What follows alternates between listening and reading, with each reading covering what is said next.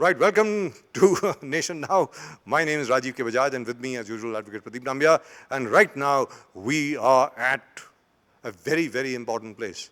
And perhaps, easily, the most successful Muslim woman's entrepreneur in India. Noira Sheikh Saiba is right now with me. And why do I deliberately use the word Muslim entrepreneur? I know I shouldn't. मैं जानता हूँ ज़्यादातर प्रदीप भाई मैंने ज़िंदगी में आज तक कभी ऐसी शब्दावली का प्रयोग नहीं किया है. But this is really important. She is one person who has broken the mold, who has broken the glass ceiling, and has proved that she can be really and truly successful. First, congratulations on all that you have achieved, ma'am. बहुत बहुत मुबारकबाद आपको कि आपने अभी तक जो कुछ अचीव किया है उसके लिए बहुत बहुत मुबारकबाद. और आप जेल से बाहर आ गई, सुप्रीम कोर्ट ने आपके फेवर में रूल किया. अब आप ये बताइए कि अभी आप you started something called digital gold, उसके बारे में ज़रा बताएं. काफ़ी बचपन से मुझे बिज़नेस माइंड था, बिज़नेस फैमिली से हूँ. तो बिज़नेस को स्टार्ट करने के बाद कई चीज़ों का सामना करना पड़ा. और ये बिज़नेस में एक सोशल वर्क वुमेन भी हूँ और महिला एम्पावर करने के लिए काफ़ी सालों से मेहनत की थी. अब कुछ लोग थे जो पीछे लगे हुए थे और गलत मेरे ऊपर इल्ज़ाम भी लगाए, और बहुत गलत इल्ज़ाम. मगर उसमें सुप्रीम कोर्ट ने आर्डर किया, क्योंकि कोई एविडेंस नहीं थे ऐसे, और ये सब कुछ मुझे घुमाया जा रहा था हर तरफ ले जाकर. कहीं पर 20,000 का FIR हो गया, कहीं 30,000 का, कहीं पर दुपट्टे का शॉपिंग मॉल में ख़राब हो जाने का FIR, कहीं पर कुछ. अब लीगल प्रोसीजर था. मैं ना एजेंसीज़ को कुछ कह सकती हूँ ना कुछ भी. मुझे जुडिशरी पर यकीन था और मुझे इंडियन कॉन्स्टिट्यूशन के जो एक्ट्स हैं, एविडेंस एक्ट हैं, उस पर भी यकीन था कि ये प्रूफ हो नहीं पाएगा, क्योंकि कभी मैंने ऐसा नहीं किया है. तो मैं बहुत बड़ी खुश हूँ आज के सुप्रीम कोर्ट ने कहा कि इनके प्रॉपर्टीज़ को पूरा डिफ्रीज करो और इनको बिजनेस करने दो और इनके चाबी जो है हैंड ओवर करो. इवन ED ने, CID ने, CBI ने, सब ने इन्वेस्टिगेट किया इसको एक ही बार में, पूरे टोटल एजेंसीज ने. मैंने कहा खुशी से करिए आप, कोई बात नहीं, और भी कितने साल भी करिए, है नहीं कोई चीज़. और ना मैंने कोई बैंक में लोन लिया है, ना कभी गलत किया है. मगर एक बात है कि मुझे मेरे बंदों की, मेरे मेंबर की फ़िक्र है, मुझे मेरे इन्वेस्टर की मुझे फ़िक्र है कि उन तक मैं जल्द पहुंच जाऊं और उनके मुश्किलों को मैं आसान कर दूं. आज मुंबई में भी आकर बैठने का मकसद यही है. जब मैं मुंबई पहले दिन आई 6 फरवरी इधर ओपन के लिए, तो लोगों ने कुछ रेंट के लोगों को लाके अलग से हंगामे किए. मगर बहुत अच्छा है कि मेरे लोगों ने मुझे काफ़ी अच्छा रिस्पांस दिया. बहुत खुश हो गए, बोले कि आप हमारे सामने हो, 20 साल से हमने आपको देखा है, कभी लेन देन में कभी आपने ताक़ीद नहीं की. हालात ऐसे आ गए, अभी आप हम पर भरोसा पूरा करते ही. अब आपने कहा कि डिजिटल गोल्ड, जो आप आइंदा के दिनों में 4-5 साल के बाद पेपर ही वर्ल्ड में ख़त्म होने वाला है अगर अंदाजे में जाएंगे. तो इसलिए मैंने डिजिटल प्लेटफॉर्म शुरू किया है ताकि हमारे यूथ को एक जॉब मिल जाए और हमारे जो बेरोज़गार हैं उनको एक जॉब मिल जाए. अब विलेजेस में इसकी ट्रेनिंग होगी और ट्रेनिंग होकर उनको ऑनलाइन प्लेटफॉर्म पे आके बिज़नेस कैसे करना है और प्रॉपर्टी पेमेंट करने के बाद उनके पास कैसे सिक्योर रहेगी, इस पर जो है मैं ये कर रही हूँ. और हमारा डिजिटल टू फिजिकल गोल्ड.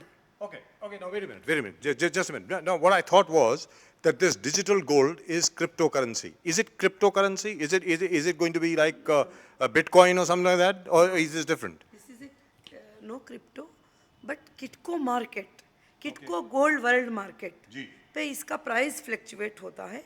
आप ऑनलाइन जाते हैं, ऑनलाइन जाने, क्रिप्टो का मतलब क्या है, आप कभी हाथ में देख ही नहीं सकते ना. हमारा तो ओरिजिनल कॉइन्स जो है आपको हाथ में मिल जाएंगे. आप घर में बैठे जहाँ जहाँ से भी ऑनलाइन पे ऑर्डर करेंगे, आपकी मर्ज़ी पे है कि आप बैंक वैलेट में सेफ रखें या आप गोल्ड को उसको डिलीवर ले लें. और पेमेंट करने के बाद आपको 2 ऑप्शंस है. तो क्रिप्टो आज तक कोई हाथ में लेकर नहीं देखा, सिर्फ पैसे दे रहा है. ये ऐसी बात नहीं है, फिजिकल गोल्ड है जो ऑर्डर करने के बाद आपको जहां बैठे वहां मिलेगा और वर्ल्ड में सबसे कम प्राइस पे डिस्काउंट पे मिलेगा.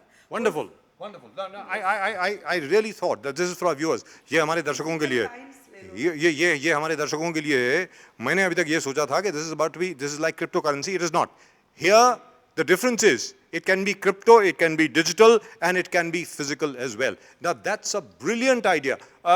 I hope you have patented this idea. yes. इसका आपने पेटेंट किया है? जी, पेटेंट किया है. और 10 ग्राम कोकाइन भी ले लो पैटर्न किया है और इस तरह से डिस्पैच होंगे। जो कोई 1 ग्राम खरीदेगा, 5 ग्राम, 10 ग्राम, सब ये अपने लोगों के साथ जो है विद परमिशन पूरे वर्ल्ड को डिस्पैच होगा। आप घर में बैठे बैठे आप हमारे ऐप में जाएंगे, ऑर्डर कर देंगे तो आपको काइन आ जाएगा।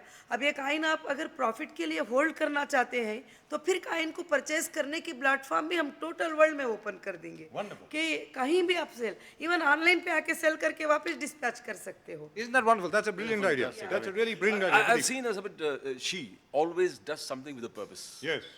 हमने देखा इनका अल्टीमेट एंड जो होता है ना, एक सोशल सर्विस होता है उनका। पहले भी आप कर रहे थे, अल्टीमेट एंड था कि सोशल सर्विस है, मुस्लिम महिलाओं को कुछ बेनिफिट हो, समाज को कुछ बेनिफिट हो। ये भी शायद इसी बेशक आपने बहुत अच्छी बात कहा कि मेरा डिजिटल लॉन्च करने का मकसद ये है कि देश का हर बच्चा आने के दिनों में बेरोजगार ना रहे। यहाँ बैठे बैठे यूके का बिजनेस उसे मिल रहा है, यहाँ बैठे बैठे लंदन के क्लाइंट उसके पास है, यहाँ बैठे बैठे कोविड के क्लाइंट है, मस्कट के क्लाइंट है, वो दुनिया पर पूरा छा जाए। बल्कि वो यूथ के लिए नहीं, बल्कि घर में बैठी हुई हर हाउसवाइफ को मैं 2 घंटों का जॉब देना चाहूँगी, आगे चलकर 3 घंटों का जॉब। वो 1 घंटा भी जॉब करेगी बैठकर तो उसको 1-10 क्लाइंट तो मिल ही जाएंगे और 4 क्लाइंट तो मिल ही जाएंगे। और जब डिजिटल वैलेट में वो रखते हैं तो उसके ऊपर जीएसटी नहीं होती है। अगर वो फिजिकल लेना चाहते हैं तो उस कंट्री के ऊपर जो लॉ है, जैसे दुबई है तो वहाँ का लॉ, जैसे यूएसए है तो वहाँ का लॉ, जैसे जो भी कंट्री वाले हैं तो उनका लॉ अप्लाई होगा। मगर ये हम बड़े ऊंचे पैमाने पर और करीब हम जो है बहुत सारे पूरे वर्ल्ड के अंदर लाने के लिए इसका मैंने प्लान 1 साल से किया। जैसे रिलीज़ हुई मैंने डिजिटल प्लान किया, जब अंदर भी थी तो मैंने डिजिटल प्लान के लिए बुक लिखी मैं कि डिजिटल को हम गोल्ड में कैसे लेके आए। तो फिर सारे कंट्रियों को मैंने कांटेक्ट किया। अब आइंदा के दिनों में टोटल इंडिया में और सारे वर्ल्ड के कंट्रियों में हमारे ऑफिस स्टार्ट हो जाएंगे ताकि हमारे कस्टमर को सपोर्ट मिल जाए। Wonderful, really wonderful. बिजनेस एक सिक्योर बिजनेस होगा कि इतने दिन इन्वेस्टमेंट कर दो, पैसे से हम ट्रेड करेंगे, ये नहीं होगा। जैसे आप इन्वेस्ट करेंगे आपके वैलेट में आपके काइन होंगे और कोई उसको निकाल नहीं सकता जब तक कि आप वापस उसको सेंड नहीं करते किसी को। आप और हम ज्वेलरी से एसोसिएट हो जाएंगे, टोटल इंडिया के ज्वेलरीज जितने भी चाहेंगे। तो अभी मैं मुंबई में बात कर रही थी तो काफ़ी ज्वेलरीज एसोसिएट होने को तैयार हो गए हैं। अब जो भी डिजिटल का वैलेट लेके जाएगा और वो ऐसा स्वैप करेंगे, ज्वेलरी दे देंगे आपको। आपकी वाइफ जाएंगे ज्वेलरी खरीदेंगे, आपके बहन जाएंगे ज्वेलरी खरीदेंगे, सब लोग। बस No wonder, Mr. Asaduddin Owaisi is such a big fan of Noira Sheikh. तो ओवैसी साहब को आपके साथ क्या प्रॉब्लम है? मतलब why did he go out of his way to do whatever he did? You know, मतलब ये this is like he was very insecure. क्या politically insecure हो गए आपसे? क्या हुआ मतलब? पर मुझे देखिए अब तक तो पता नहीं उनको क्या हुआ, और कभी ना मैंने उनसे दुश्मनी की है, ना कभी उनसे बुरी बात कही है, ना कभी उनको मैंने गाली दी है या कभी नहीं। 2012 में उन्होंने एक एफआईआर करवाया। अब हो सकता है वो किसी के कहने में बहकावे में करे थे या मुझे नहीं पता। हर एजेंसी का इन्वेस्टिगेशन उनके एफआईआर पे होने लगा क्योंकि अब मेंबर ऑफ पार्लियामेंट दे दिए तो लोग तो कहते हैं कि नहीं भी रहा तो कर दो, बाद में देखा जाता है जो भी है। तो मैंने हर जगह जवाब दिया है, हर जगह रिप्लाई दिया है, मगर कई जगह पर लोग आकर कमिटमेंट की बात और झुककर चलने की बात कहते हैं तो ये नौहिरा शेख का काम नहीं है। जब उसूलों पे टकराना आता, जब उसूलों पे बात आ जाती है तो टकराना ज़रूरी है। मैं ये सीख लिया है और मैं उसूलों को कभी छोड़ने वाली नहीं हूँ, मेरे उसूलों को। Did he put any pressure on you? Did Mr. Owaisi put any pressure on you or any other politician? किसी और politician ने आपके ऊपर कभी कोई दबाव डाला कि आप हमारी मदद करें, हमारी political party में कुछ इतना donation दें या कुछ ऐसा करें? ऐसा कभी हुआ आपके साथ? जी, उन्होंने डायरेक्ट किए या नहीं मालूम। आज तक जो मुझे बदनामी हुई वो उनके पार्टी के ही लोग और एमआईएम लीडर्स करके ही यूट्यूब पे बैठ के मुझे बदनाम किए।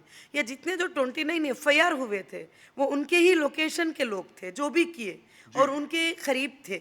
वो उनको डांट सकते थे, वो बता सकते थे जो कुछ भी था, मगर ऐसा नहीं हुआ। मगर मैं एक औरत थी, मगर जस्टिस पर मुझे फाइट करना था और मैं करती हूँ और करती रहूँगी इंशाल्लाह। Really and truly proud of you. I think everybody in India should be proud of you. जिस तरीके से नौहिरा शेख साहिबा ने बिना डरे, बिना घबराए एक एक चीज का मुकाबला किया है, I think that should be an example to just about everybody. everywhere. No wonder her party is called, what is it? Mahila Empowerment Party. Isn't that right? Mahila Empowerment Party. I mean, that's amazing. Pradeep.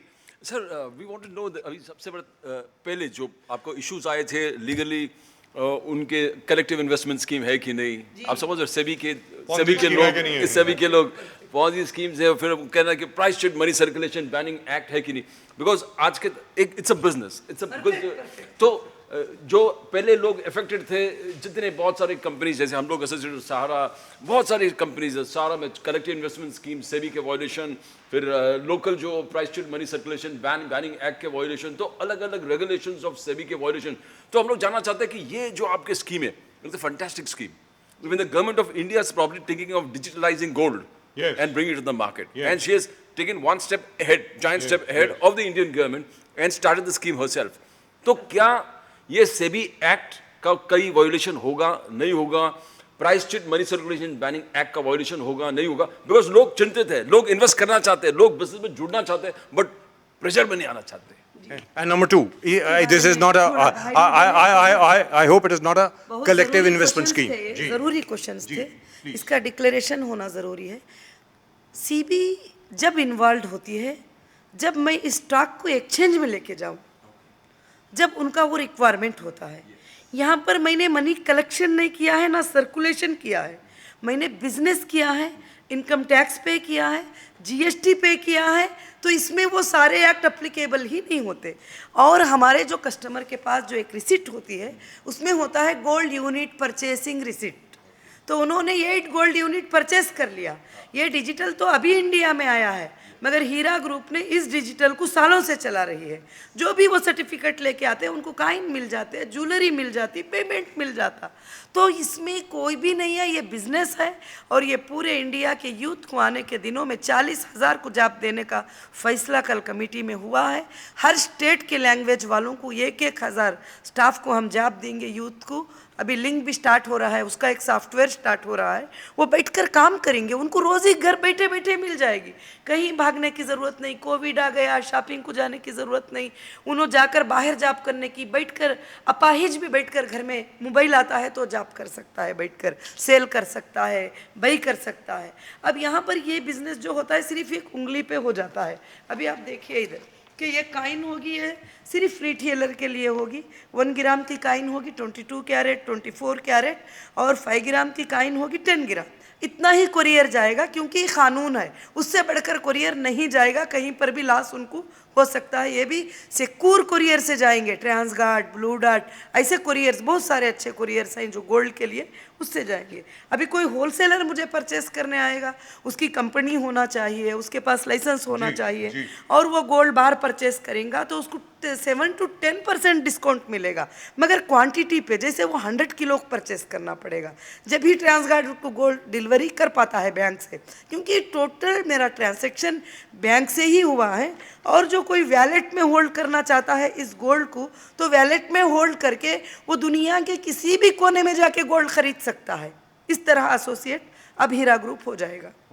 हो गया है, procedure भी complete हो गया है। कहीं भी आप यहाँ तक के कोई भी शॉप में जाइए, बोले मेरे वैलेट में 5 काइन नहीं, मुझे अभी गोल्ड चाहिए, ज्वेलरी चाहिए, मेरी बेटी की शादी है, मुझे ये चाहिए, तुम्हें मिल जाएगा।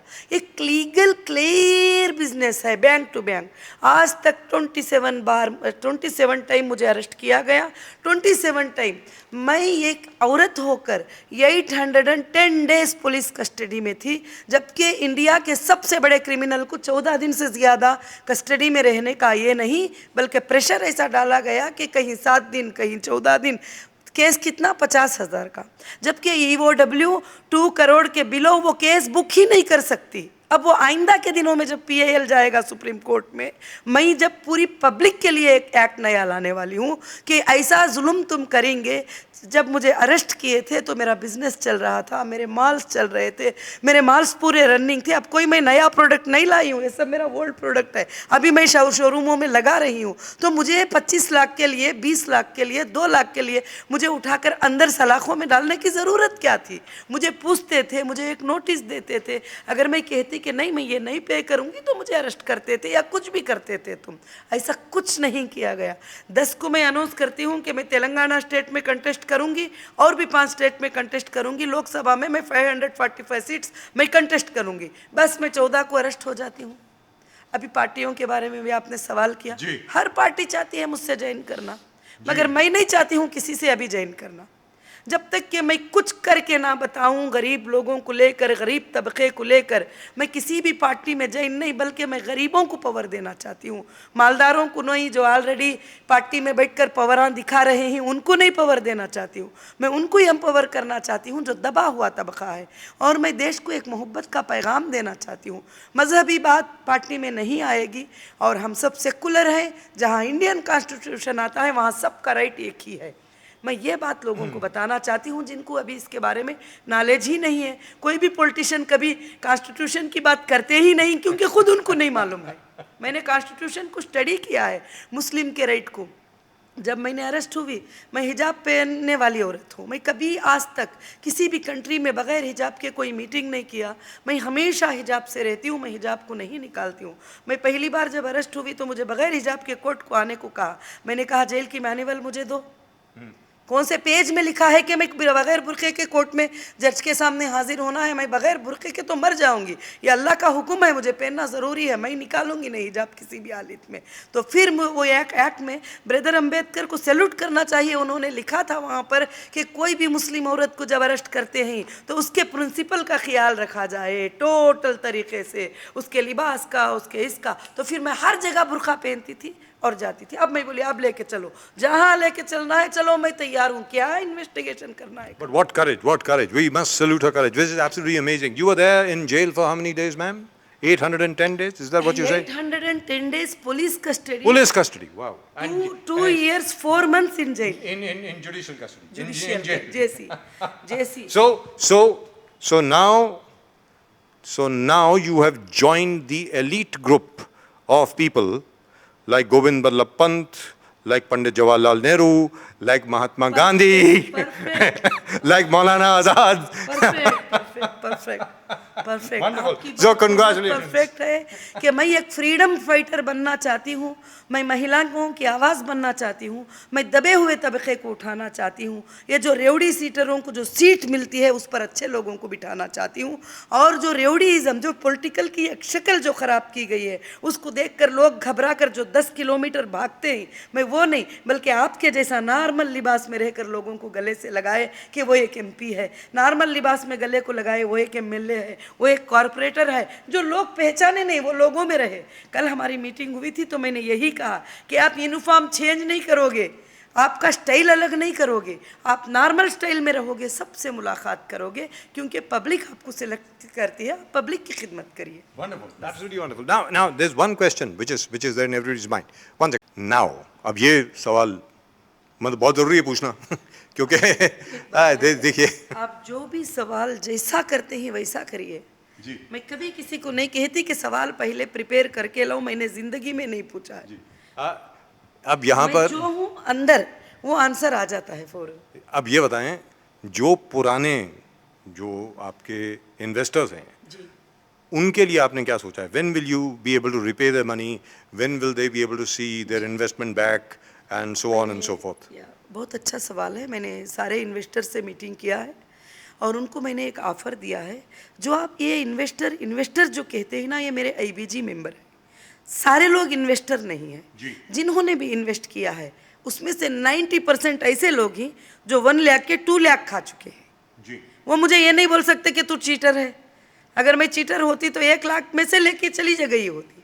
और उनके लिए ऐसे ओन प्रॉपर्टीज़ बना के नहीं छोड़ी, सब कंपनी के नाम से हैं। ये जितने भी टावर्स हैं, जो भी ऑफिसेस हैं, जो कुछ भी है, मैंने बनाया है। अब मैंने उनको कहा है कि अभी एट प्रेजेंट आपकी इमरजेंसी के लिए मैं 20% विदाउट डेटा, क्योंकि डेटा नहीं दे रहे हैं। सुप्रीम कोर्ट 3 टाइम ऑर्डर किया कि डेटा दे दो, आपने देखा है। यस, मैंने उनको ऑफ़र किया है कि मुझे टाइम दो, मैं आपको अभी 20% इमरजेंसी पे पेमेंट करूंगी, जैसे मैं और स्टेटों में किया है, मैं तुम्हारे लिए भी करूंगी। अब आगे चलकर आपकी मर्जी है कि आपको गोल्ड कॉइन चाहे तो कॉइन को कन्वर्ट कर लो, आप डिजिटल में वैलेट लेना चाहते हो तो वैलेट में आप ट्रांसफ़र कर लो आपके कॉइन। आज हमारे कॉइन का प्राइस $82 है। कितना है आज? $90 है, सॉरी $90 है, $94 है, $94 है। आप हिसाब करो, डिस्काउंट के साथ अपने वैलेट में रखो, आप सिक्योर हो जाएंगे। मैं ये भी बोल रही हूँ। तो उनकी मर्जी पे चॉइस है। सब बोलते हैं नहीं हमको कंटिन्यू करना है, हमको बिजनेस करना है आपके साथ। इतने सालों से आपने देखभाल किया, हम अभी छोड़कर नहीं जाएंगे। अब जो लोग उस घबराहटी में डिसकंटिन्यू कर दिए थे, हमको बिजनेस नहीं चाहिए, मैंने कोर्ट में उनका रिकॉर्ड सबमिट कर दिया, मैंने उनके डीडीज जमा कर दिया। अब वो बोलते हैं नहीं हमको कंटिन्यू करना है। जब हम घबरा गए थे, जब हम जो है ये हो गए थे, हम तुम्हारे साथ में जुड़ना But चाहते you हैं। can't really blame them. You can't really blame them. अब देखिए, हर जगह पर अगर आपके खिलाफ या किसी और के खिलाफ भी अगर इस तरीके से पब्लिसिटी हो रही है, इस तरीके से बार बार कहा जा रहा है भाई चोर है, फ्रॉड है, चीट है, ये है, वो है, तो लोग घबरा ही जाएंगे ना। You can't blame them. नहीं, उनका Yes. घबराना लाजिम, और मैंने शुक्रिया अदा किया उनका, जो मेरे साथ आप खड़े थे। मैं शुक्रिया अदा करती हूँ, और आपका विड्रॉल लेना आपका हक है। मैं कभी मना नहीं करूँगी आप पर, मैं कभी गुस्सा नहीं करूँगी। अभी लोग ऐसा आ रहे हैं, मगर लीगल टीम ने कहा है अभी अर्जेंट मत करो, हम सोचेंगे, उनके बैकग्राउंड को चेक करके लेंगे, ताकि टॉर्चर्स करने वाले नहीं चाहिए। बस इतनी बात है। Now here, Pradeep, I know Pradeep ji also wants to ask a question. Just 1 second, one small question, one very small question, which is the Supreme Court has ordered कि आपके जितने भी हार्ड डिस्क थे, जितने भी आपके servers थे, वो सब जब्त कर लिए गए। उनको वापस दिया जाए या उनकी कॉपीज आपको लेने के लिए परमिट किया जाए, तो अब तक क्या वो इंफॉर्मेशन आपको मिली है या नहीं मिली है? आपके रिकॉर्ड आपके पास वापस आए हैं या नहीं आए? अभी तक तो मुझे कोई चीज़ नहीं मिली है। सुप्रीम कोर्ट 3 बार ऑर्डर की है। कॉपी की बात तो इसमें आती नहीं है, वो डेटा स्ट्रक्चर को आप जान सकते हैं। 200 TB का डेटा है, वो USB में कैसे आएगा? जब वो आता भी है तो पूरा वर्ल्ड उसको सर्च करेगा, कैसे सर्च करेगा? No, this is for our viewers. 200, we are talking about 200 terabytes. Yes. We are talking about 200 terabytes. We are not talking about 200 digibytes. जी जी, ये डेटा प्लान हमारा 2022 तक का डेटा प्लान है, और 16,000 SFT की बिल्डिंग में वो डेटा स्ट्रक्चर लॉन्च है, तो वो USB में कैसे आएगा?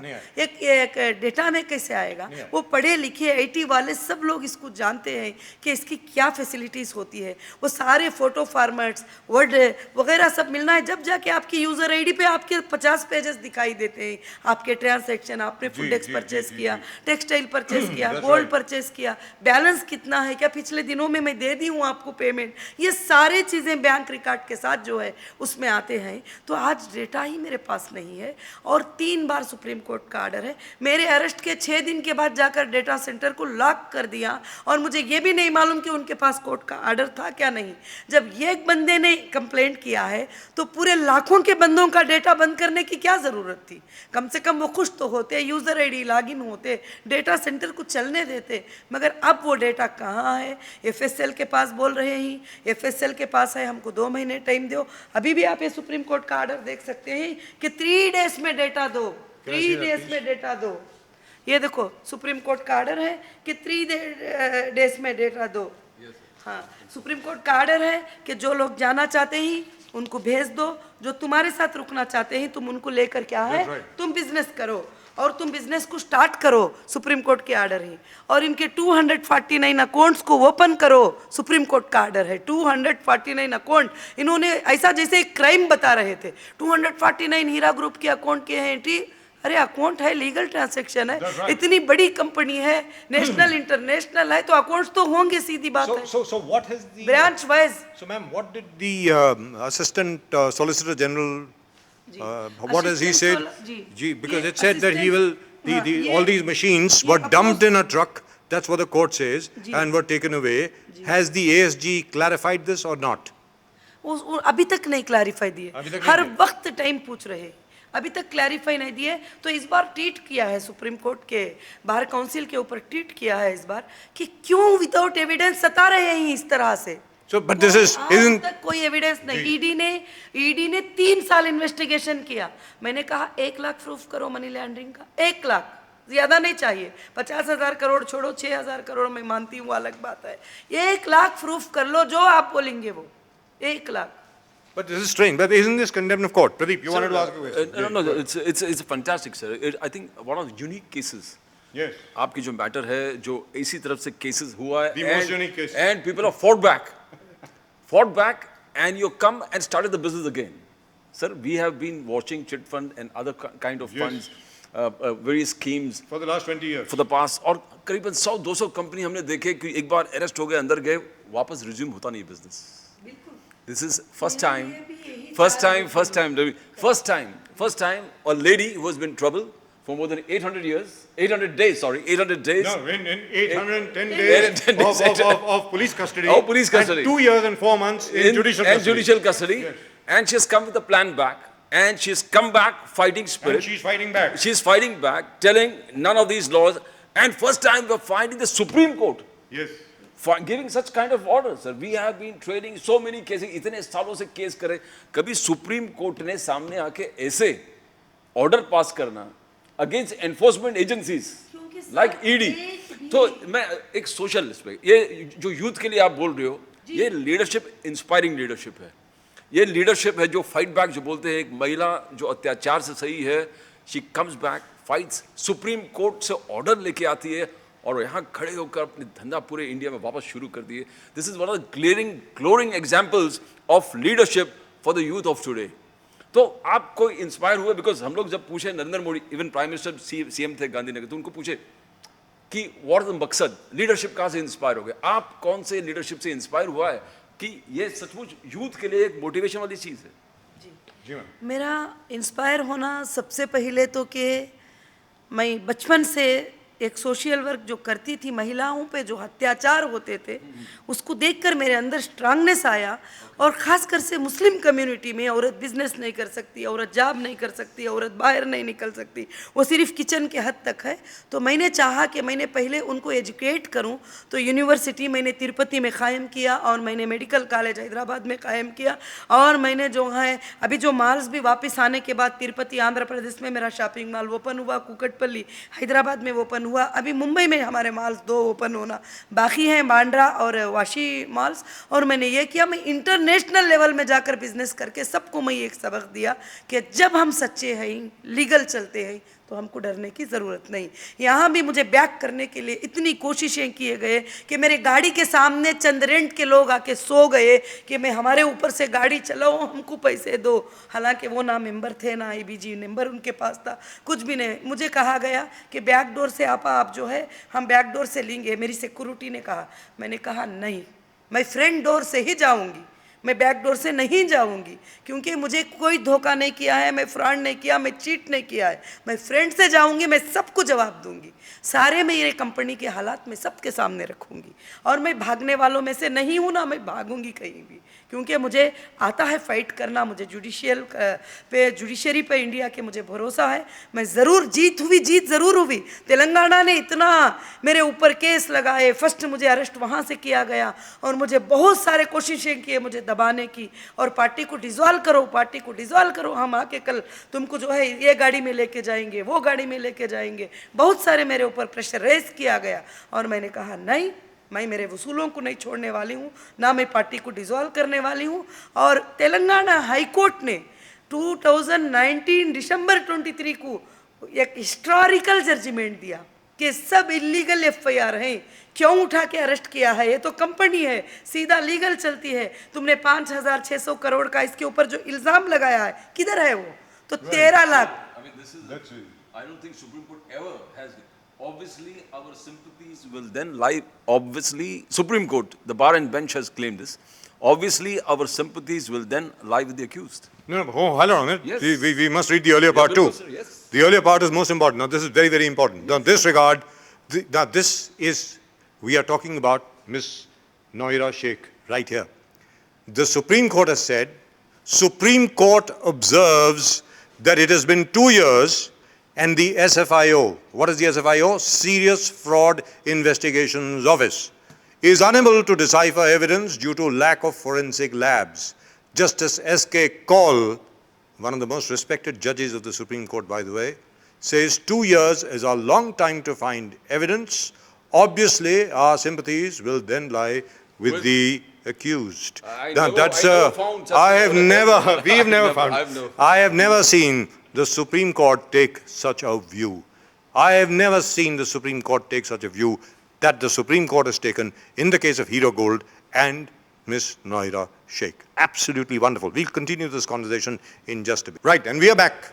We are back again with the absolutely awesome Noira Sheikh, one of the most courageous persons I've ever met. Not just one of the most courageous ladies, one of the most courageous persons I've ever met.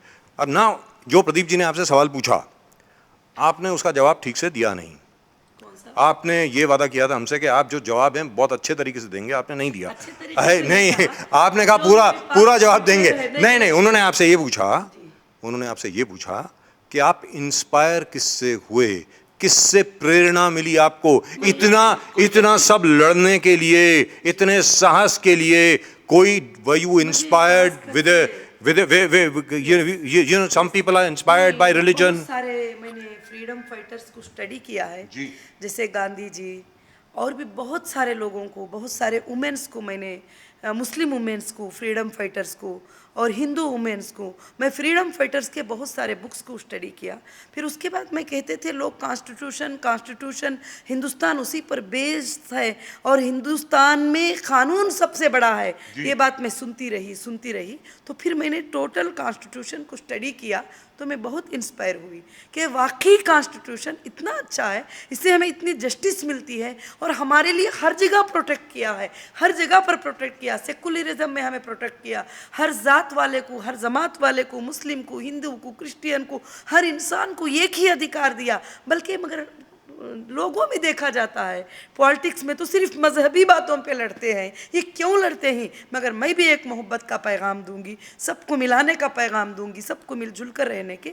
और मैं जो business में inspire हुई वो मेरे अब्बा से हुई, क्योंकि मेरे अब्बा एक बिजनेसमैन थे और वो बचपन से 6-7 साल की उम्र से मैं उनके साथ में बैठकर हिसाब किताब देखना, अकाउंट्स देखना, जो भी था, इतना बड़ा भी नहीं था लेवल पर, छोटा ही बिजनेस था. बल्कि वो बिजनेसमैन थे, मैं उनके बिजनेस को हैंडल करती थी. और अम्मी इतने ज़्यादा पढ़े लिखे नहीं थे, तो मैं वो देखती बिजनेस करने के प्लान्स, बिजनेस करने के आइडियाज़ मुझे खुद दिमाग में आ गए. क्योंकि वो बिजनेसमैन थे, तरह तरह के बिजनेस करते थे, तो मुझे भी बिजनेस के प्लान्स आए और मैं बिजनेस के भी काफ़ी स्टडीज़ मैंने किया. और कोलंबो यूनिवर्सिटी में मैंने जो है डॉक्टरेट किया बिज़नेस डेवलपमेंट स्टडी में. बिज़नेस डेवलपमेंट स्टडी में मैंने कॉमर्स में जो है डॉक्टरेट किया कि किस तरह से एक्सपोर्ट इंपोर्ट किया जाता है, क्या लाइसेंसेस रिक्वायरमेंट होते हैं, कैसे बिज़नेस को हैंडल करना चाहिए, स्टाफ को किस तरह से वगैरह सब कुछ भी मुझे 2014 में, मैंने 2012 में कोलंबो यूनिवर्सिटी में मैंने एडमिशन लिया और 2014 में मुझे डॉक्टरेट सर्टिफिकेट जो है वहाँ से अल्हम्दुलिल्लाह मिली. अल्लाह का शुक्र है. और ख़ासकर से मुझे उन सारे चीज़ों को छोड़कर एक टैलेंट से, एक अच्छाई से मैं लोगों को हैंडल करना चाहती हूँ. Wonderful, really and truly wonderful, right? Actually sir ji. वो लेडीज लीडर इस ढंग से नहीं है कॉर्पोरेट एरिया में, जिसको हम लोग बोल भी सकते हैं शी में ओनली वन और the possible only one the pole star actually, Yes. कि जो इतने फाइट बैक करके वापस आई and start the business again The only one, by the way. And a better business and more digital and with a trend with the modern world in trend. Now you got digital gold, you're talking about digital gold that in trend with the modern world, and Yes. exactly what the modern world is doing. Now over here we must say this, and I really must say this. You know I've been around for a long time. All of my viewers know me. All of you know me. You know, without a beard. Now I've got a beard.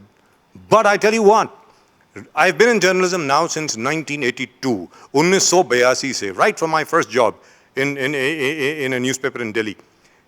तब से आज तक, और प्रदीप जी वो भी advocate हैं, अब journalist भी हैं, हम दोनों ने आज तक ये स्थिति नहीं देखी कि किसी शख्स को इस तरीके से अरेस्ट कर लिया गया हो, उसके ऊपर पॉन्जी स्कीम चलाने का आरोप लगाया गया हो, वो सुप्रीम कोर्ट के ऑर्डर से बाहर आ जाए और उसके बाद उसी जोर शोर से और भी बड़े पैमाने पर एक नया बिजनेस शुरू करे. And that too a business, as Pradeep ji said just now, which is contemporaneous with the situation in the world. It's a digital business. Now that is absolutely brilliant, really and truly brilliant. Now, did you get any advice from from MBAs, from technical advisors all over the world, or is this just your own idea? ये आपका खुद का idea है या फिर जो मतलब you know people think tanks all over the world वगैरह policy makers वगैरह जो हैं उन्होंने किसी ने आपको ये idea दिया, ये खुद अपने आप विचार आया मैं आपको? बहुत सारे आइडिया गूगल से लेती हूँ जी. और मैं बहुत सारे सवालात गूगल से करती हूँ. Wonderful. So Larry Page and Sergey Brin, you're responsible for this. And of course, our Mr. Sundar Pichai. जी. मुझे गूगल में बहुत सारे, जब डिजिटल पे मैं जाना चाहा तो गूगल से काफ़ी आर्टिकल्स मैंने पढ़ा और मैंने स्टडी किया डिजिटल किस तरह से होता है, उसको बैंकिंग में किस तरह होल्ड करना चाहिए, कितना डिपॉजिट करेंगे तो वो हमारा कैपिटल कितना शो करेगा, ये सारे चीज़ों को मैंने टोटल स्टडी किया. काफ़ी कॉन्टैक्ट्स मुझे गूगल से मिले और मैं गूगल से कॉन्टैक्ट की सारे लोगों को कि कैसे बना सकती हूँ, कैसे चला सकती हूँ, किस तरह से सिक्योर है हम इसमें. तो काफ़ी लोगों ने कहा कि हैक हो जाएंगे, डिजिटल काइन हैक हो सकते हैं, तो फिर क्या भरोसा. अगर डिजिटल हैक होगा तो वर्ल्ड हैक हो जाएगा. मैंने सवाल किया वो टीम से जिनको मैंने कॉल किया, तो बोले मैम उनको बोलिए कि सारी बैंक उसी बेस पे चलती है, अगर डिजिटल हैक हो गया तो बैंक हैक हो जाएंगे, पूरे बैंक हैक हो जाएंगे. तो आप स्ट्रांगली उसको उनको बोल सकते हैं उससे सिक्योर कोई चीज़ नहीं. Wonderful, absolutely wonderful. This is really lovely. You know, I haven't had so much of fun, you know, conducting an interview in years. I don't remember the last time we had so much of fun. But this is really and truly lovely because you know what you're doing. Now you have given ideas. You're going to give ideas to a whole new generation. एक नई पीढ़ी को आप नए ideas दे रहे हैं कि किस तरीके से आप नौकरी करने वाले के बजाय आप नौकरी देने वाले बने, आप काम करना शुरू करें. Now this is really wonderful. Now what is your vision? Where do you see yourself 10 years later? आगे 10 साल के बाद आप ये हीरा डिजिटल को, अपने आप को कहाँ पर देखती हैं, वो ज़रा बताएं प्लीज़. मेरा टारगेट 10 साल का भी नहीं है, 3 साल के बाद हीरा डिजिटल गोल्ड आपके भी मोबाइल में होगा. और हीरा डिजिटल गोल्ड वर्ल्ड के हर इंसान के मोबाइल में होगा और इसको लोग पसंद करेंगे क्योंकि मैं ला रही हूँ. booking.com में इसको यूज़ कर सकते हो, 5 स्टार होटल्स के लिए इसको यूज़ कर सकते हो और मार्ट में इसको यूज़ कर सकते हो, ग्रोसरी के लिए इसको यूज़ कर सकते हो. सब जगह ये डिजिटल काइन को आप पैसों के रूप में यूज़ कर सकते हो और आपको कोई रोक नहीं सकेगा. आप प्रॉपर्टीज़ खरीद सकते हो, आप गोल्ड ज्वेलरी कन्वर्ट कर सकते हो. बहुत सारे फैसिलिटीज़ फीचर में इसके अंदर आने वाले हैं. तो मुझे उम्मीद है कि 3 साल के अंदर पूरे वर्ल्ड में HDG छाएगा. 10 साल बहुत दूर की बात है, इतने लंबे टारगेट मैं नहीं बनाती. All the very best. All the very, very best of luck to you. Pradeep ji, would you like to ask a final question? She's answered everything on leadership. She's in fact leadership on her own. I mean, I tell you what, you know what she said? Yes. You know what she said? All right, this might strike you as a joke, but it isn't. No problem. You know, she said, एक दिन ये digital gold आपके भी phone पे होगा, मेरे phone पे. I'll feel honored. मैं अपनी इज्जत अफजाई समझूंगा. My point is, Mr. Owaisi, one day digital gold will be on your phone also. Congratulations. आज की तारीख में जिस तरीके की जेल में कंडीशंस हैं, जहां पर आपको भी रखा गया, उसके बाद फिर आपने क्या फैसला किया, वो जरा बताएं. अभी जो आप बात बता रहे थे. जब मैं जैसे जेल में बैकल्ला में मैंने, आप महाराष्ट्र में इंटरव्यू ले रहे हैं तो मैं बैकल्ला जेल का थोड़ा जिक्र करना चाहूँगी. जब मैं बैकल्ला जेल में एंट्री किया तो जो चेकिंग का तरीका था, पूरे कपड़े उतार कर, ये कॉन्स्टिट्यूशन में नहीं है और जुडिशरी में भी नहीं है, लॉ में है नहीं, बल्कि पुलिस अंदर ऐसा करती है. बहुत औरतें शर्मा जाती हैं इस बात से, घबरा जाती है इस बात से, वो उनको राइट्स नहीं है. सबसे पहली बात, मैं इस पर आर्ग्यूमेंट सुप्रीम कोर्ट में PIL डालने वाली हूँ मैं, और ये नॉर्मली मैं बातें तो नहीं करूँगी. उसके बाद मैंने इस पर बात किया. खैर ये एक इंटरनल बात थी, मैंने आज पहली बार आपके सामने बता दिया क्योंकि मेरे दिल में उस बात का दर्द है इसलिए. उसके बाद जो सोने की जगह देते हैं, एक लादी, आप ये देख रहे हैं, आप इसको रिकॉर्ड करिए, एक लादी, आप एक बार इंटरव्यू लीजिए जाकर. एक लादी, जब कॉन्स्टिट्यूशन कहता है कि जो भी अक्यूज होते हैं, जो भी अंडर ट्रायल होते हैं या सज़ा वाले भी होते हैं, उनको 40 फुट जगह देना चाहिए रहने के लिए, बैठने के लिए, सोने के लिए, पलटने के लिए. तो 40 फुट जगह यहाँ पर नहीं, बल्कि एक लादी देते हैं. वो लादी देने के लिए भी कई कानून होते हैं. नंबर 1, वो इतना इनजस्टिस होते हैं. वहाँ पर बड़ी लेडीज़ आती है, उम्र वाली लेडीज़ आती है, वो लादी पर वो इधर पलट नहीं सकती, इधर झुक नहीं सकती, थोड़ी मोटी भी होती है, तो फिर उनको आकर डांटना करना. फिर मैंने अंदर कुछ चीज़ें देखे कि कुछ ऑफिशियल गिनती को आती हैं। सुबह में एक बार गिनते हैं, शाम में एक बार गिनते हैं, कितनी गिनती है। उनका काम होता है कि गिनती करो कितने लोग हैं। उनको सुपरडेंट आईजी से आर्डर नहीं है कि ये औरतों को पकड़कर मारे, तकलीफ दे, ये औरतों को गाली दे, नहीं। वो जो गिनती का तरीका होता है, इतनी कीचड़ तरीके से गिनती करते हैं कि हे उठ, कितना नंबर वाली है, ए उठ से उठा, रात तूने क्या किया, उसको पकड़ के लाओ। मेरे सामने खींच के मारी। एक ऑफिशियल थी, मैंने हाथ पकड़ लिया जाके, मैं बोले मार के दिखा, हम तेरे गुलाम नहीं है, हम अंडर ट्रायल है, हम पर गुनाह भी साबित नहीं, साबित भी हो गया तो हमारा हक है जी। मगर बगैर साबित हुए जो नए नए लोग हैं आप ऐसा कर नहीं सकते। कोई कोई ऐसे करते हैं, मगर उसके लिए बड़े लोगों को ध्यान देना बहुत ज़रूरी है। उसके बाद एक बार हमारे आईजी सर का राउंड हुआ, मैंने राउंड में मांगा, सर मुझे जेल का मैनुअल चाहिए, हमारे क्या क्या राइट्स हैं मैं चेक करना चाहती हूँ। तो फिर मुझे मैनुअल नहीं दिया गया। एक हफ्ता मैंने वेट किया, 2 हफ्ते मैंने वेट किया, फिर मुझे प्रोड्यूस किए जज साहब के सामने। यहाँ पर कोर्ट नंबर 7 में जो कोर्ट थी उसमें, तो कोर्ट का नाम तो याद नहीं आ रहा है, इकोनॉमिक अफेंस की जो कोर्ट है, हाँ एमपीआईडी कोर्ट, वो एमपीआईडी कोर्ट नंबर 47 में मुझे प्रोड्यूस किया गया। मैंने सीधा कह दिया कि जेल में इनजस्टिस होती है, और दूसरी बात जेल के सामने एक बस आती है लेने के लिए, तो तुम मर्दों औरतों को मिलाकर बिठा देते हो, जिसमें मैं बैठी थी और 2 लड़कियां साथ थे, और 17 मर्दें बैठ गए उसके अंदर, और बैठकर तरीके तरीके की मजाक की बात कर रहे थे। मैं जैसे गई जज साहब के सामने, बोली जज साहब ये गलत चल रहा है, औरतों को अलग बस में बिठाइए, मर्दों को अलग बस में बिठाइए, दोनों को मिक्स करके लाना बहुत गलत है। मैं महाराष्ट्र गवर्नमेंट से भी गुजारिश करती हूँ कि इस बात पे जो है कि ध्यान दें और औरतों को अलग, मर्दों को अलग बिठाएं। But that is the rule. But that is the law. They're not supposed to नहीं मिक्स कर सकते। तो जो 17 मर्दों को बताए, और आज भी याद है मुझे, बस MH बस नंबर 6 है, बस नंबर 6 है, आज भी याद है। मैंने आर्ग्यू की थी इस बात में, तो जज साहब ने कहा कि ऐसा नहीं कर सकते, तो फिर वहाँ से थोड़ा कंट्रोल किया गया उस बात के ऊपर। और वो 17 मर्दें थे, 3 औरतें और 2 WPC, वो जो भी चाहे कर सकते थे, क्योंकि अंदर से आए ही और फ्रस्ट्रेशन में होते ही हो सकता है हमारे ऊपर हाथ डाल दे, हो सकता है कुछ भी कर दे, और बस पूरी बंद होती है, हम देख नहीं सकते, चीख नहीं सकते, चिल्ला नहीं सकते। तो फिर ऐसी इनजस्टिस हो रही है कि ले जाते हैं उनको बकरियों की तरह जो है इस तरह से उतारते हैं। अरे अभी कोई गुनाह किया है नहीं, साबित नहीं हुआ है, अंडर ट्रायल को मुजरिम के नजर से देखते हैं कि ये मुजरिम है जी। तो वहां पर फिर जैसे मेडिकल डिपार्टमेंट है, उसमें भी वैसे ही, जैसे जोर डालेंगे तो देखा जाएगा, अगर जोर नहीं डालेंगे, बात नहीं करेंगे तो नहीं दिए देखा जाएगा। तो फिर मैं सारा राउंड मारती थी और सारी बातें बताती थी। ये इनजस्टिस को देखकर, काफ़ी औरतों की इनजस्टिस को देखकर अब मैंने फैसला कर लिया है, मैं रिटायर जजेस के टीम को लूँगी, रिटायर वकीलों के टीम को लूँगी, और बहुत सारी टीम को लूँगी। जस्टिस फॉर ह्यूमैनिटी मैं एक अप बनाऊँगी, और पूरे इंडिया के 600 जेलों को मैंने लिस्ट निकाल लिया है, और मैं अप करूँगी। जो भी इंडिया में ऐसी इनजस्टिस फील करते हैं, ख़ास कर से वुमेन्स फील करते हैं, तो उनके साथ मैं हूँ, और पूरी ह्यूमैनिटी के साथ मैं हूँ, वुमेन्स करके ही नहीं। तो हमारे फ्री वकील जो है 5-5 लोग खड़े रहेंगे, क्योंकि कोई किसी से 1 साल नहीं मिलता, 2 साल नहीं मिलते। जो खाने बनाए जाते हैं उसमें कीड़े होते हैं कभी कभी, और जो सालन डालते हैं वो ऐसा होता है जो कोई इंसान खा ही नहीं सकता। तो बहुत सारे चीज़ें हैं जो जिक्र करना है, और मुझे PIL फाइट करना है इसके बारे में कि कॉन्स्टिट्यूशन के लेवल पे जेल चलती ही नहीं है।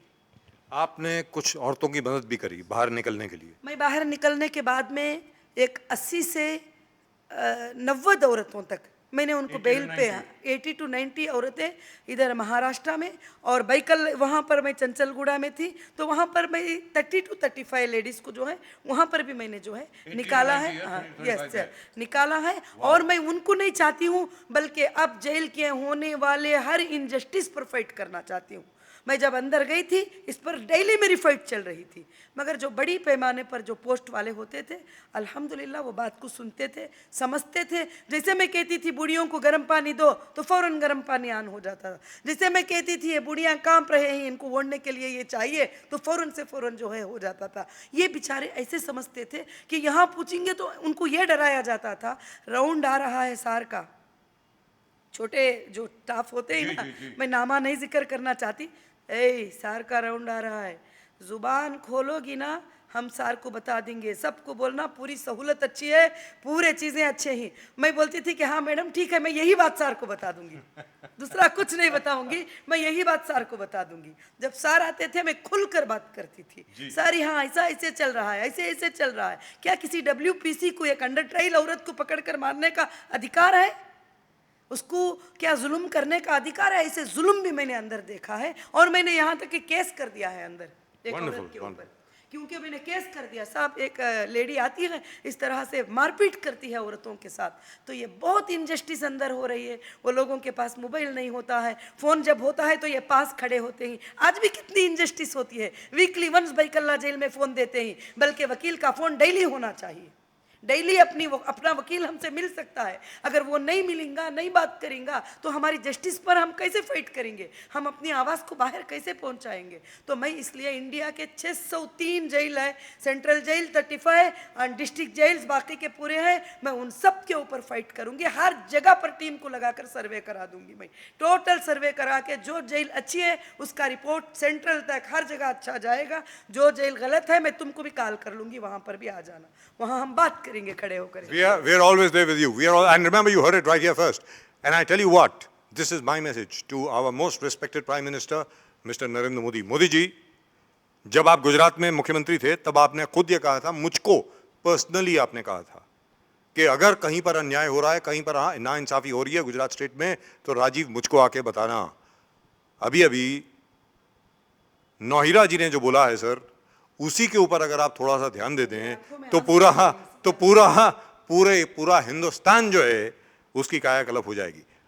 This is a message to the prime minister. I think you deserve this. I think you deserve to be supported by the government itself. I'm sure when Mr. Modi hears of this, I'm sure he will support you मैं himself. India के prime minister Modi ji से यही गुजारिश करूंगी कि आप जेलों की जो मिनिस्ट्री है उस पर नज़र डालिए और एक बार देखिए कि कितनी नाइंसाफ़ी चलती है और कितनी जगह है और कितने लोगों को डाला गया है। मर्दों के जेल में भी, औरत के जेल में भी जगह 100 लोगों की है, वहाँ डाला गया है 800 लोगों को। उनके लिए वॉशरूम नहीं, नहाने की सहूलत नहीं, पानी की सहूलत नहीं, उनको इस तरह से ट्रीट किया जाता है जैसे एक जानवर होते हैं, बल्कि उनका भी राइट्स है। तो मैं इसलिए गुजारिश करूंगी हमारे इंडिया के प्राइम मिनिस्टर को, महिलाओं के लिए तो पहले नंबर पर आप कोशिश कीजिए और पूरे जेलों के ऊपर एक नज़र आप डालिए। आप ज़रूर नज़र डालेंगे, मैं उम्मीद भी रखती हूँ। Very important thing, because current अब जो हिजाब वाली इशू है, you talked about very good thing about the woman being produced before the जज हैज टू वेयर हिजाब, और बहुत सारे प्रिजन्स में is allowed to, and most of the women probably don't know it. तो इसको जरा आप एक्सप्लेन कीजिए ताकि हमारे जो वुमेन है वो समझे और इसकी अहमियत को समझे, and you can ask for your legal rights. That's right. तो आप जरा समझाइए ये इंसिडेंट आपके तरफ कैसे हो गया और आपने इसको कैसे सुलझा दिया। ये सर जी, हर जगह पर हिजाब का एक मुद्दा उठा हुआ है कि हिजाब निकालो, कॉलेज के अंदर आओ। ये बहुत गलत मुद्दा है।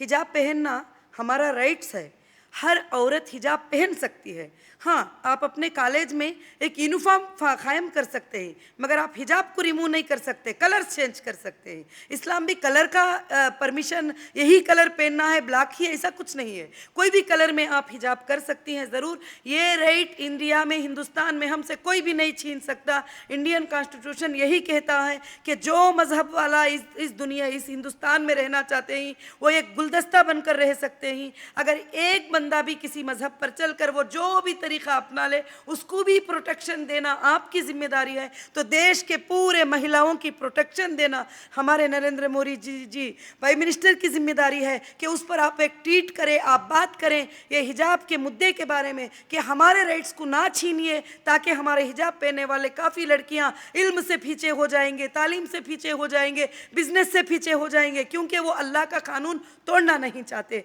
तो इसलिए हमको अल्लाह के कानून पर चलते हुए हम सबका सपोर्ट करने की आप जो है ये दे, इसमें इन्वॉल्व ही ना हो। इस हिजाब के निकालने के बारे में, पहनने के बारे में, वो उनकी मर्जी पे डिपेंड है। वो पहन भी ले, निकाल भी ले, वो उनकी राजी है, मगर ये अल्लाह का कानून है। आज मैं हिजाब पहनती हुई ही पूरी वर्ल्ड में मशहूर हूँ, और मैंने बिजनेस किया है, मैंने कॉलेजेस फॉर्म किया है, मैंने बहुत सारे यूथ को एम्पावर किया है, एजुकेटेड किया है। मुझे हिजाब कहीं भी आड़ नहीं आया। आज भी मैं आपसे इंटरव्यू भी दे रही हूँ, मेरा हिजाब कहाँ आड़ है? तो हिजाब से से किसी को कोई प्रॉब्लम नहीं है। इंसान अपने माइंड से, अपने आंखों से, अपने हाथों से काम करता है। बॉडी के ऊपर क्या कपड़ा है उससे कोई ज़रूरत नहीं। ये जो आवाज़ उठाई थी कि हिजाब रिमूव करो, निकालो, कॉलेजेस में बगैर हिजाब के जाओ, ये बहुत बड़ी गलत बात है। इसका बहुत बड़ा गलत इफेक्ट होगा। मैं देश की हर लड़की के साथ, हर औरत के साथ हूँ जो हिजाब के लिए लड़ाई कर रही है, और मैं भी हमेशा आखिरी सांस तक इस पर लड़ाई करूँगी कि हिजाब हमारा राइट और हमारी इबादत है। And now over here, let's be very clear. The schools and the colleges in Udupi, they've said that they were talking to the CFI and other people, and they said that, listen, we don't mind. The girls want to wear a hijab or whatever, let it match with the school uniform. And that's exactly what Noira ji has said. उसके ऊपर किसी को कोई objection नहीं होनी चाहिए. अगर हिजाब जो है या जो भी किसी ने सिर के ऊपर पहन रखा है, after all as Sikhs, we wear a पगड़ी. हम लोग पगड़ी पहनते हैं. It should match with the school uniform. That's it. School uniform के साथ मैच होनी चाहिए. अरे भाई जैसे किसी की अगर ब्लू यूनिफॉर्म है या व्हाइट यूनिफॉर्म है तो आप व्हाइट पगड़ी पहन के जाते हैं ना. जितने भी हमारे सिख भाई हैं सारे व्हाइट पगड़ी पहनते हैं ना. इसी तरीके से अगर हिजाब है तो वो सफेद हो सकता है. को बदलना है तो फिर हम ये जुबान उठाएंगे, केसरी रंग को भी आप बदल दो. आप पूजा करने की जगह पर ये चीज को तुम बदल दो, क्या लोग मानेंगे? और दूसरी बात, इंडियन कॉन्स्टिट्यूशन में सबको राइट्स है, वो अपने मजहब के लेकर चलेंगे और लेकर चलते हुए हम सब देश के लिए एक है. But is that an issue? और साथ है. But is that really an issue? Very frankly speaking, I think after the elections this issue will be over. Is that my opinion? जी बिल्कुल बिल्कुल. Anyway, thank you so much. Really wonderful. And congratulations again. You are really doing human service. This is absolutely wonderful. Thank you so much. And brilliant, really brilliant. Wonderful. Congratulations to you.